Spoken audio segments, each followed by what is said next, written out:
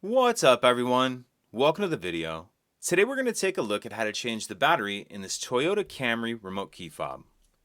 So this Toyota Camry key fob is going to use replacement battery CR2032, and I'll put a link in the description box of this video to where you can purchase these replacement batteries if you're in need.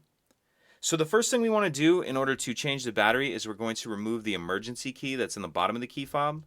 That's done by pressing this release that my finger's on the bottom, and the key will pull out like that.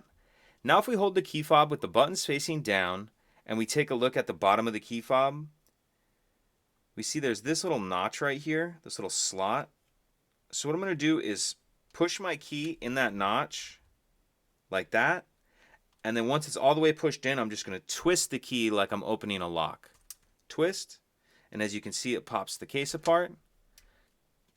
Go ahead and pull the case apart, and if your board sticks in the front or in the back of the shell, go ahead and just kind of pull it out and set it down in the front like that. Now for this part, I'm going to grab a small screwdriver or even something with a point on it. You can see there's this notch right here, just so I can get in that notch and get under the edge of the battery and get it out of that holder. Now I'll grab my new battery, and you want to make sure that you're installing your new battery with the plus side up. So I'm going to kind of tuck that edge of the battery in like that and then snap it down into place. And then make sure your circuit board is sitting down in that rubber piece where it needs to be. Then we can go ahead and snap the case back together. Slide our emergency key back in. And that's it.